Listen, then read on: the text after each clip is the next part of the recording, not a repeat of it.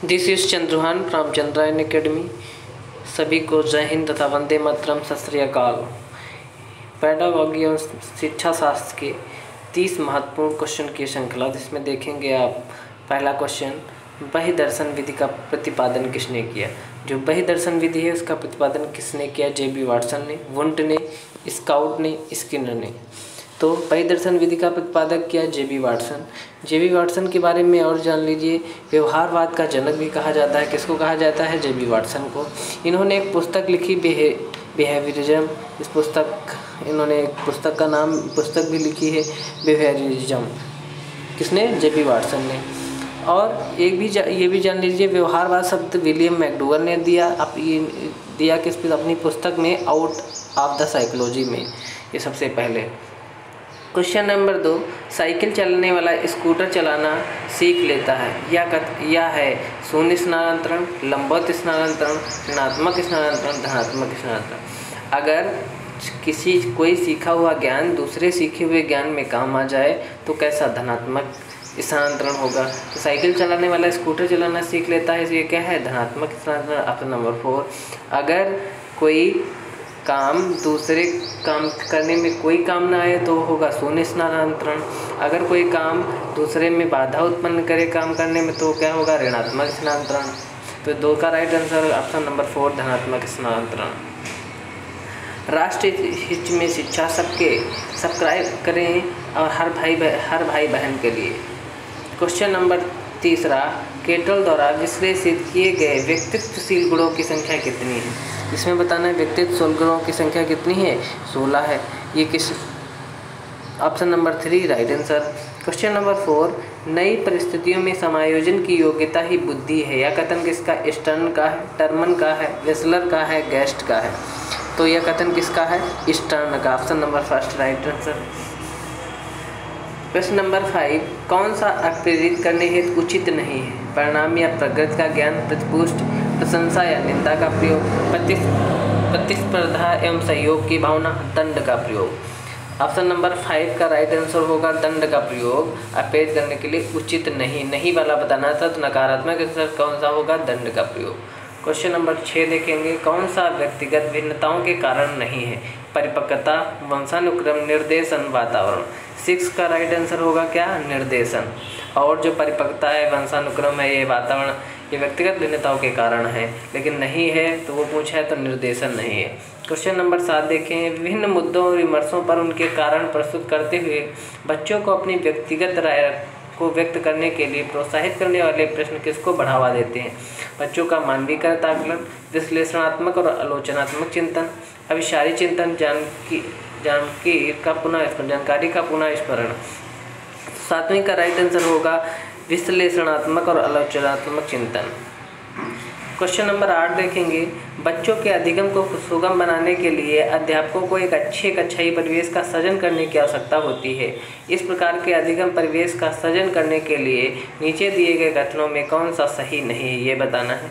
बच्चे के प्रयासों को स्वीकृत, अगर बच्चे कोई प्रयास करें उनको स्वीकृत देना, ये राइट आंसर है। और उसमें पूछा है नहीं है, नकारात्मक आंसर आपको ढूंढना है। अध्यापकों के अनुसार कार्य करना, अगर कोई बच्चा है तो अध्यापक के अनुसार कार्य करना, ये नकारात्मक है, क्योंकि बच्चा अपने अनुसार जब काम करेगा तो अच्छा सीखेगा। बच्चों को स्वीकार करना, ये भी राइट आंसर। अध्यात्मक और सकारात्मक, और ये भी तो इसमें पूछा था सही नहीं है, तो नहीं कौन सा? अध्यापकों के अनुसार कार्य करना। 8वें का option number 2 right answer.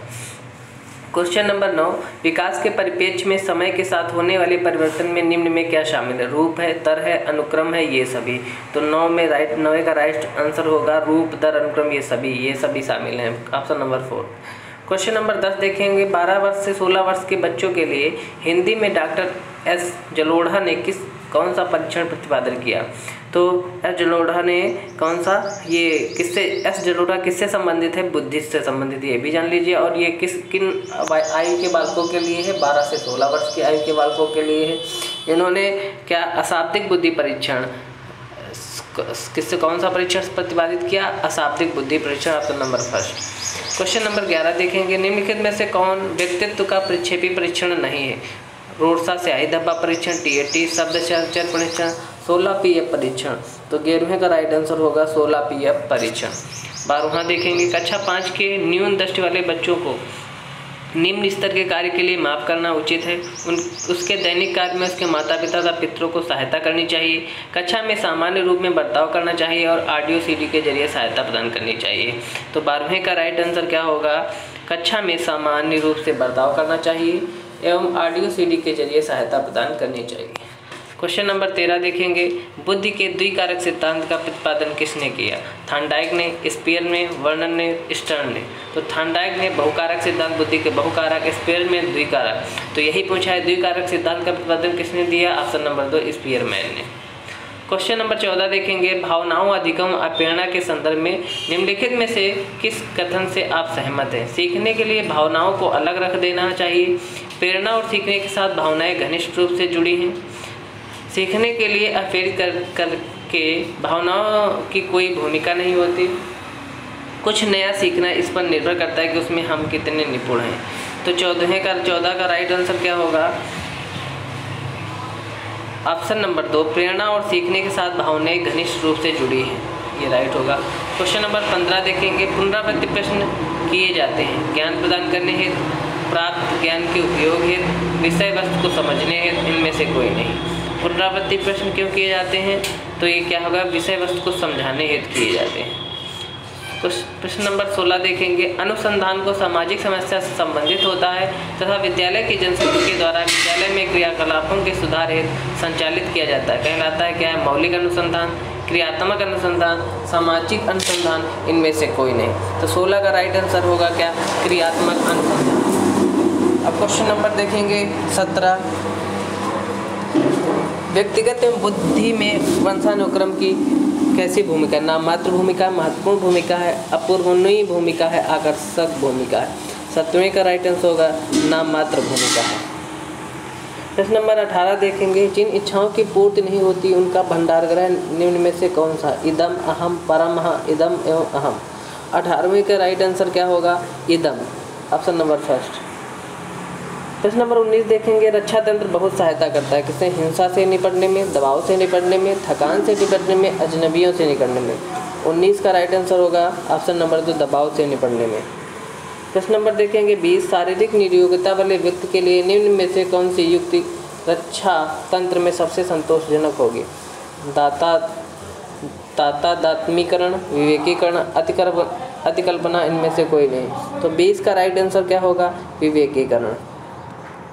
Question number 21 देखेंगे, बालक प्रसंग बोध परीक्षण 3 वर्ष से 10 वर्ष की आयु के बालकों के लिए बनाया गया है। इस परीक्षण में कार्ड में प्रतिस्थापित किए गए हैं क्या? सजीव वस्तुओं के स्थान पर निर्जीव वस्तुओं को, लोगों के स्थान पर जानवरों को, पुरुषों के स्थान पर महिलाओं को, वयस्क के स्थान पर बालकों को। तो 21 का राइट आंसर क्या हो गया? ऑप्शन नंबर 2 लोगों के स्थान पर जानवरों को। क्वेश्चन नंबर 22 देखेंगे, बहुविकल्पी प्रश्न बच्चों की योग्यता का आकलन करते हैं सही उत्तर निर्माण करने में, सही उत्तर की व्याख्या करने में, सही उत्तर की पहचान करने में, सही उत्तर की प्रत्यास्मरण करने में। तो 22 का राइट आंसर क्या हो गया? ऑप्शन नंबर 3 सही उत्तर की पहचान करने। प्रश्न नंबर 23 देखेंगे, वाइस्कोस्की के सिद्धांत में समीपस्थ विकास का क्षेत्र है, कठिन कार्यों को बच्चों वयस्कों की सहायता से पूर्ण करते हैं, अध्यापक का हस्तक्षेप अधिगम में बाधा उत्पन्न करता है, वृद्धि एक समीपस्थ क्षेत्र है, अधिगम औपचारिक वातावरण में होता है। 23 का राइट आंसर क्या होगा? ऑप्शन नंबर 1 कठिन कार्यों को बच्चों को वयस्कों की सहायता से पूरा कर सकते हैं। भाई उसके सामाजिक अधिगम संयम समाज के वयस्क से जोड़कर बताया उन्होंने। प्रश्न नंबर 24 देखेंगे, निम्न में से कौन शेष से भिन्न है? अधिगम के लिए का सिद्धांत, सामान्य व्ययकों का सिद्धांत, ड्राइव रिडक्शन का सिद्धांत, सामान्यीकरण का सिद्धांत। 24 का राइट आंसर क्या हो गया? 24 का right answer option number 3 drive reduction का सिद्धांत। क्वेश्चन नंबर 25 देखेंगे, परिपक्वता इत्यादि से व्यवहार में उत्पन्न परिवर्तन को भी अधिगम कहा जाता है? नहीं, हाँ, अनिश्चित, कभी नहीं। तो 25 का राइट आंसर होगा नहीं, ऑप्शन नंबर 1। 26, निम्न में से किसके अन्वेषण के ऊर्ध्व उपागम का उपयोग किया जाता है? केस अध्ययन, प्रयोगीकरण, सर्वेक्षण, अंतर्दर्शन। 26 का राइट आंसर होगा क्या होगा? पहला, केस अध्ययन। प्रश्न नंबर 27 देखेंगे, सृजनशीलता के पोषण के लिए अध्यापक को निम्न में से किस विधि की सहायता लेनी चाहिए? ब्रेनस्टॉर्मिंग, विचार वेश, व्याख्यान वेद, दृश्य छवि सामग्री, ये सभी। 27 का राइट आंसर होगा ब्रेनस्टॉर्मिंग, विचार वेश। प्रश्न नंबर 28 देखेंगे, क्रियात्मक अनुसंधान का उद्देश्य नवीन ज्ञान की खोज, शैक्षिक परिस्थितियों में व्यवहार विज्ञान का विकास, विद्यालय तथा कक्षा की शैक्षिक कार्यप्रणाली में सुधार लाना, उपयुक्त सभी। 28 का राइट आंसर क्या होगा? उपयुक्त सभी। नवीन ज्ञान की खोज पहला, दूसरा, तीसरा तीनों सही होंगे। प्रश्न नंबर 29, निम्न में से कौन सा कथन सही नहीं है? आवश्यकता वंचना की शारीरिक अवस्था नहीं है। अंतर्नोद आवश्यकता का मनोवैज्ञानिक परिणाम है। आवश्यकता एवं अंतर्नोद समान नहीं है बल्कि समानांतर है। मूल प्रवृत्तियां आंतरिक जैविक बल हैं। 29 का राइट आंसर होगा ऑप्शन नंबर फर्स्ट, आवश्यकता वंचना की शारीरिक अवस्था नहीं है। प्रश्न देखिए 30, ये आपको लिए होमवर्क है, इसको कमेंट बॉक्स में कमेंट करके इसका उत्तर आप लोग बताएंगे। कैटल द्वारा विश्लेषित किए गए व्यक्तित्वशील गुणों की संख्या कितनी है, ये आपको कमेंट बॉक्स में कमेंट कर इसका उत्तर बताना है। और कमेंट बॉक्स में ये भी कमेंट करना है कि 30 प्रश्नों में से आपने कितने प्रश्न सही किए और कितनी आपकी पढ़ाई बेहतर है, ये भी जाँच परख सकते हैं। चैनल पर नए हैं तो चैनल को सब्सक्राइब करें, अपनी पढ़ाई को बेहतर से बेहतर बनाएं। Thanks for watching Chandrayaan academy.